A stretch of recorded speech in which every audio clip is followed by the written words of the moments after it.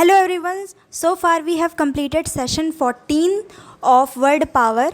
Today I am going to teach you session 15 of word power book. Either you can call session 15 or chapter 15. तो आज मैं आपको बताऊंगी session 15 word power book का. उसमें ये स्लाइड है, आप एक स्नीक पीक देख सकते हैं कि कैसी स्लाइड होने वाली है, कैसे कैसे वर्ड्स होने वाले हैं. चलिए स्टार्ट करते हैं. सेशन 15 वर्ड पावर की बुक का अब तक सेशन 14 तक पूरा कंप्लीट हो चुका है.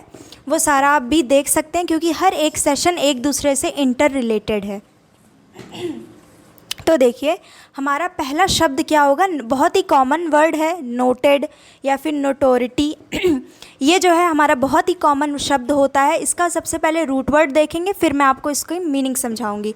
तो जो आप लोग बोलते हैं वर्ड नोटेड बोलते हैं, तो इसका मतलब क्या होता है. और नोटस क्या होता है, रूट वर्ड होता है. इस रूट वर्ड के कैसे शब्द होते हैं, वो शब्द जिनसे देखिए हमारी ये जो इंग्लिश लैंग्वेज है, इसमें मेजॉरिटी जो वर्ड्स हैं वो दूसरे लैंग्वेज से आए हुए हैं. ग्रीक में जो कुछ वर्ड होते हैं जो ग्रीक में अलग तरीके से होते हैं, उसी वर्ड के पीस को उठा करके इंग्लिश में उसमें और कुछ वर्ड को लेटर्स को ऐड करके इंग्लिश में अलग वर्ड बना है. तो मेजॉरिटी वर्ड इस तरीके से हैं.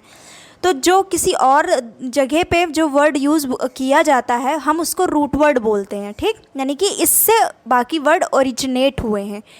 नोटस का मतलब होता है नोन, और इसी से मिलके ये वर्ड बना है. स्पेलिंग देखिए, नोट आ रहा है. Noted means well known. कोई भी चीज़ जो कि वेल नोन हो, यानी कि आपको उसकी भरपूर जानकारी हो पहले से, तो आप क्या बोलेंगे, नोटेड है वो चीज़. फिर इसी का नाउन फॉर्म में क्या वर्ड है, नोटोरिटी. ये वर्ड उतना खास नहीं था, सिंपल सा वर्ड था, बट आने वाले नेक्स्ट वर्ड बहुत इंटरेस्टिंग है.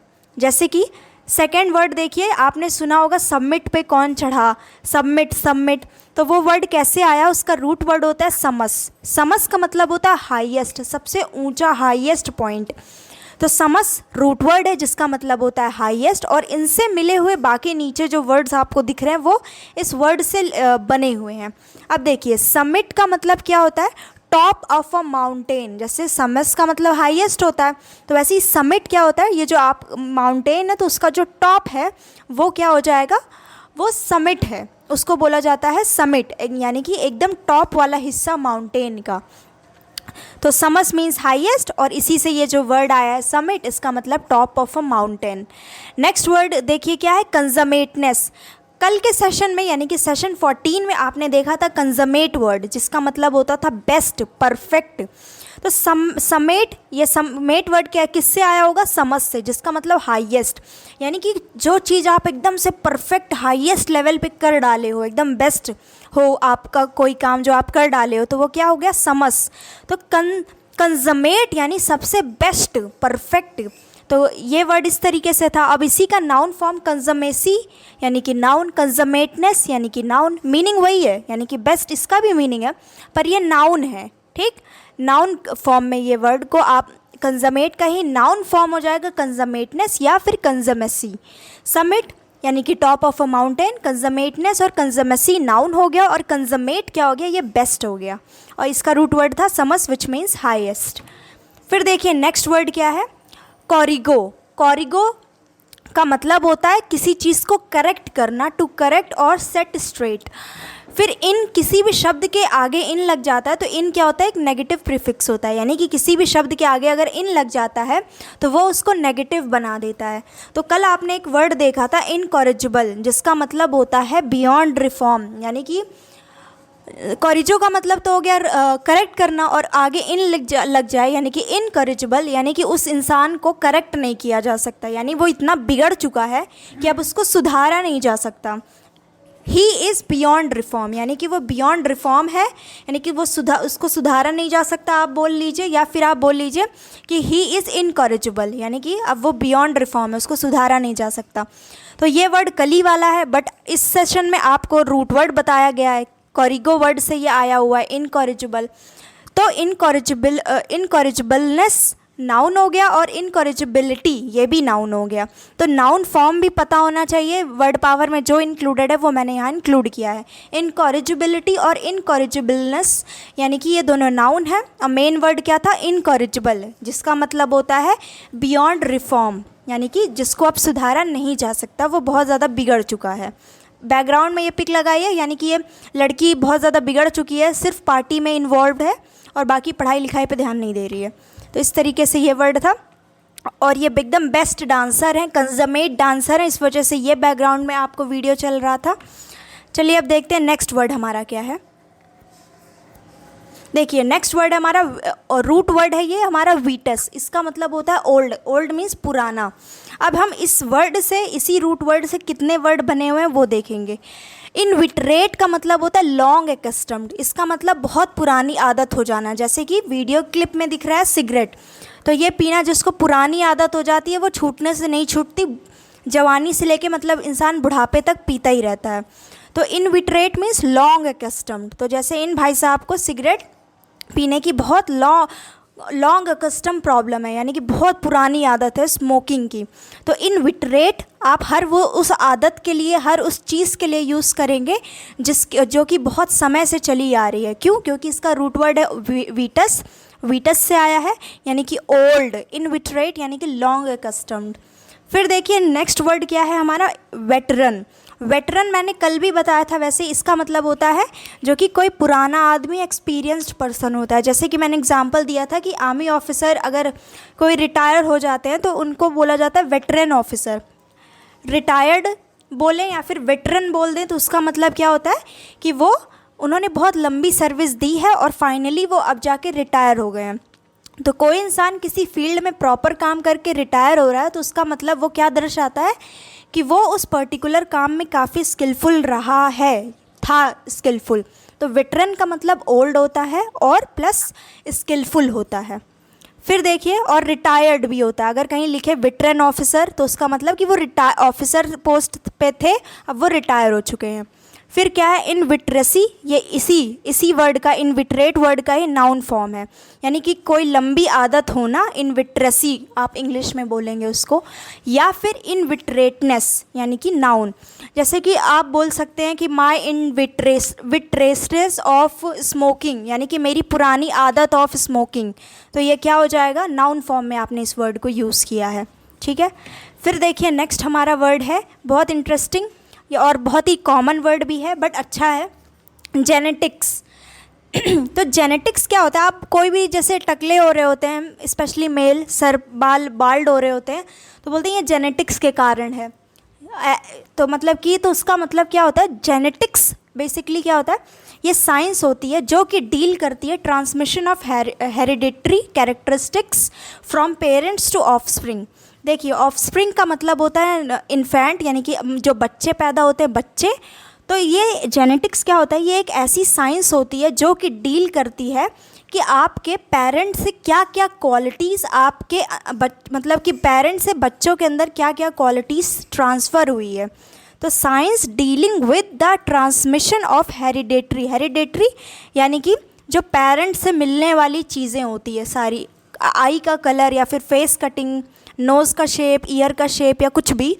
तो science dealing with the transmission of hereditary characteristics from parents to offspring, यानी कि जेनेटिक्स एक ऐसी साइंस होती है, स्टडी होती है जिसमें आप पढ़ते हैं कि किस प्रकार से पेरेंट्स से क्वालिटीज़ ऑफस्प्रिंग यानी कि बच्चों में आती है। क्या क्या, अगर पेरेंट्स में से कौन टॉल है तो वो बच्चा टॉल होगा या फिर छोटा रह जाएगा, डॉर्फ रह जाएगा, या क्या केसेस होंगे, या कौन कौन सी डिजीज़ेज़ हैं जो कि जेनेटिक्स हैं यानी कि रिलेटेड होंगी आपकी। वो हर एक study which is related with your characteristic which you get from your parents, वो सारी चीज़ों की स्टडी आप जेनेटिक्स में करते हैं। तो जेनेटिक्स उसी चीज़ को बोलते हैं। कोई पतला खाता बहुत है लेकिन फिर भी वो पतला होता है तो वो बोलता है कि ये जेनेटिक्स के वजह से है। कि इसी तरीके से हम मम्मी पे गए हैं या पापा पे गए हैं तो बोलते हैं ये वर्ड, तो उसका मीनिंग यही होता है साइंस जो कि डील करे हेरिडेटरी वाली कैरेक्टरिस्टिक्स से। फिर देखिए नेक्स्ट क्या है हमारा वर्ड, जेनेटिसिस्ट, यानी कि ये स्पेशलिस्ट होते हैं जो कि जेनेटिक्स से डील करते हैं। जैसे कि हमने बहुत सारे स्पेशलिस्ट को देखा है तो IST लास्ट में लग जाता है तो उसका मतलब क्या होता है, स्पेशलिस्ट को दर्शाता है वो। ठीक, तो देखिए ये DNA वगैरह आपको दिख रहा होगा, तो ये वो स्पेशलिस्ट होते हैं जो कि जेनेटिक्स के मतलब इसमें जेनेटिक्स सब्जेक्ट में इनकी महारत हासिल होती है, यानी कि ये सिर्फ इस चीज़ की जेनेटिक्स की स्टडी करते हैं, ठीक है। फिर क्या है जेनेटिक, तो जेनेटिक आप जो नॉर्मल वर्ड यूज़ करते हैं जेनेटिक जेनेटिक, तो वो क्या होता है एडजेक्टिव फॉर्म में आप यूज़ करते हैं कि ये जेनेटिक है। कोई डिज़ीज़ जेनेटिक है तो आप बोलते हैं this disease is genetic disease. तो डिज़ीज़ कैसी है जेनेटिक, एडजेक्टिव क्या होता है विशेषता बताता है। तो बीमारी के बारे में कौन बता रहा है जेनेटिक, यानी कि ये बीमारी कैसी है तो जेनेटिक है, यानी कि जेनेटिक एडजेक्टिव फॉर्म में जो आप बोलते हैं हरदम वो एडजेक्टिव फॉर्म में आप बोलते हैं। और जेनेटिसिस्ट यानी कि स्पेशलिस्ट ऑफ जेनेटिक्स। फिर देखिए नेक्स्ट वर्ड क्या है जीनोलॉजी। जीनोलॉजी, लॉजी वर्ड का मतलब आपने अब तक बहुत बार रिपीट हुआ है ये। इसका मतलब क्या होता है स्टडी या फिर साइंस। तो जीन की स्टडी, तो आपको अगर बचपन में याद हो तो स्कूल में भी ये फैमिली ट्री बनवाया जाता था। ये ग्रैंड पेरेंट्स कौन थे, फिर उनके बच्चे, और अगर भाई हैं तो वो, फिर उनके कौन कौन बच्चे, पिक्चर्स काट के ऐसे नोटबुक में चिपकाया जाता था। तो वो तो जीनोलॉजी क्या होती है the study of family trees और एंसेस्ट्रल ओरिजिन्स। तो जीनोलॉजी में फैमिली ट्री के बारे में पढ़ते हैं, यानी कि इस प्रकार से ग्रैंड पेरेंट्स कौन थे, फिर उनके बच्चे, फिर वो मतलब पीढ़ी के बारे में पढ़ना।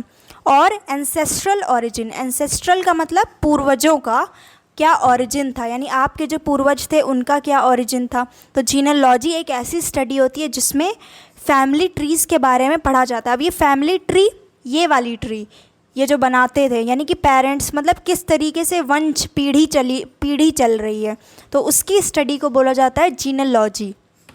फिर देखिए ये है हमारा रूट वर्ड कॉन, का मतलब होता है विद, एक साथ या फिर टुगेदर, सेम मीनिंग होती है, ये रूट वर्ड है कॉन। फिर क्या है जेनेसिस। जेनेसिस का मतलब जैसे कि मैंने प्रीवियस सेशन में भी बताया था, इसका मतलब होता है ओरिजिन या फिर बर्थ। तो अब इन दोनों रूट वर्ड से ये सारे वर्ड्स को हमें देखना है। तो पहला क्या है हेरिडेटरी। हेरिडेटरी साइंस में, बायो में बहुत सुना है, लेकिन इसका क्या मतलब होता है नॉर्मल, वही हर वो कैरेक्टरिस्टिक यानी कि हर वो क्वालिटी जो कि आप एक्वायर करते हो at that moment of conception. इसका मतलब क्या है कि जब आपके पेरेंट्स, जब वो आपने प्रोसेस सुना होगा मियोसिस माइटोसिस, सेल का डिवीज़न जब होता है टू फॉर्म, मतलब बेबीज़ के लिए, कि जब सेल 2 पार्ट में डिवाइड हुआ, डॉटर सेल में, ये सारी चीज़ें पढ़ी होगी। तो हेरिडेटरी वो क्वालिटीज़ होती है जब जीन का डिवीज़न होता है, यानी कि जो कैरेक्टरिस्टिक आपके पेरेंट्स से आपके अंदर आती है, ठीक, जब आपका खुद फॉर्मेशन हो रहा होता है अर्ली स्टेज में, तो उसको बोला जाता है हेरिडेटरी। अब इसको ये बहुत ज़्यादा साइंस के लैंग्वेज में, बायो के लैंग्वेज में हो गया, पर नॉर्मल इंसान अगर इसका मतलब जानना चाहे हेरिडेटरी, तो उसका मतलब क्या है हर वो क्वालिटी जो कि आपको अपने पेरेंट्स से बाय बर्थ मिलती है, हर वो कैरेक्टरिस्टिक, उसको बोला जाता है हेरिडेटरी। फिर देखिए जेनेसिस, एक तो जेनेसिस ओरिजिन और बर्थ के लिए आप यूज़ ही करते हो रूट वर्ड ईयर, और आप नॉर्मली भी इस वर्ड को बोल देते हो।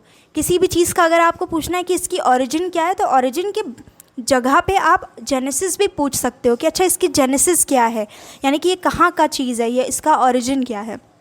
फिर genital, genital sexual organs which is different in male and female.